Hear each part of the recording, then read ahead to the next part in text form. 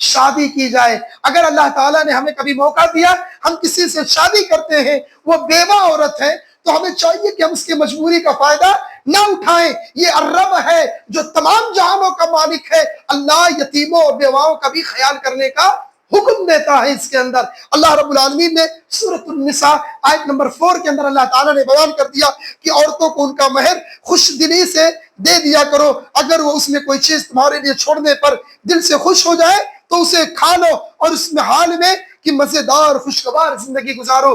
اللہ نے کہہ دیا کہ اس کا حق اور اس کا مہر پورا پورا اسے لوٹا دیا کرو، لہذا اس کے اندر یہ چیز کی وضاحت کی گئی ہے۔ اسی کے اندر اللہ رب العالمین نے سورۃ النساء کے اندر ایک مسئلہ اور پیش کر دیا۔ اللہ نے کہہ دیا کہ اگر کوئی بھی طلاق کی نوبت آ جائے، عورت کا معاملہ ہے، زندگی کے اندر میاں بیوی میں کبھی کچھ بھی ہو سکتا ہے، اللہ نہ کرے کبھی کسی کا کچھ ہو، اللہ تعالیٰ ہم سب کے جوڑوں کو سلامت رکھے، لیکن اگر کبھی ایسا کچھ مسئلہ طلاق کا آ جاتا ہے تو اس کے باوجود بھی اللہ رب العالمین نے واضح کہہ دیا کہ جو عورت کو تم طلاق دیتے ہو اس کا حق مہر مکمل طریقے سے واپس کر دو، مکمل طریقے سے اس کا حق مہر جو ہے اسے واپس کرنے کا حکم دیا ہے۔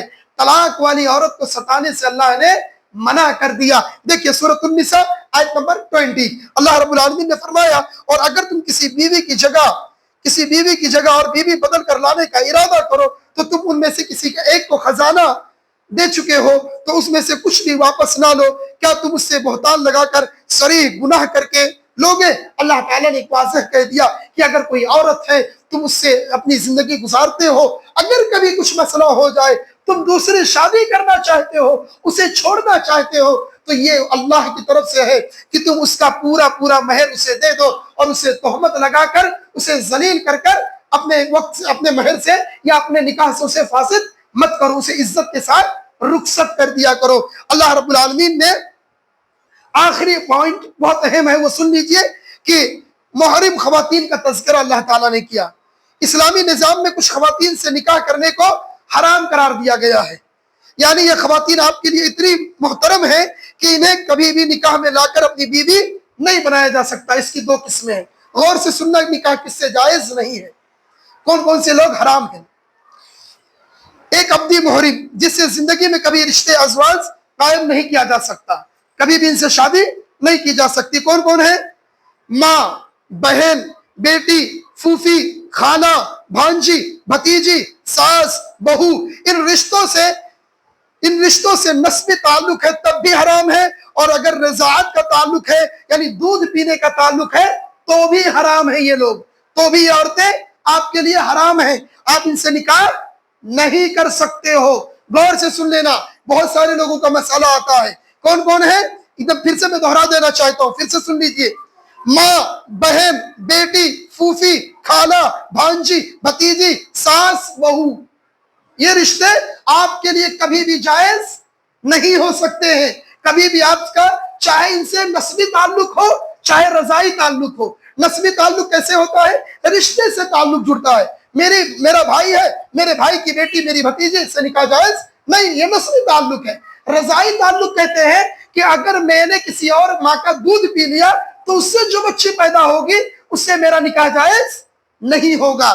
دوسرا پوائنٹ، عارضی حرام سے مراد جب تک ایک عورت آپ کے نکاح میں موجود ہے اس کی بہن، پھوپھی اور خالہ سے نکاح نہیں کیا جا سکتا ہے۔ اس طرح ہر عورت حرام ہے جو کسی رشتے ازواج میں منسلک ہو جبکہ ادھر سے الگ نہیں ہو جاتی، یعنی کسی شادی شدہ عورت سے تعلق رکھنا، اسے نکاح پیش کرنا حرام اسلام کے اندر کیا گیا ہے۔ لہذا اگر ایک عورت آپ کے پاس آلریڈی ہے تو اس کی بہن کو لانا آپ کے لیے جائز نہیں ہے۔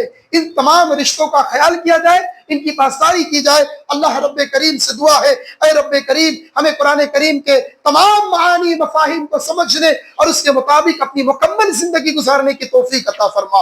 اے اللہ ہمیں اللہ اور اس کے رسول سے محبت کرنے اور اطاعت اللہ اور اطاعت رسول کرنے کی توفیق عطا فرما۔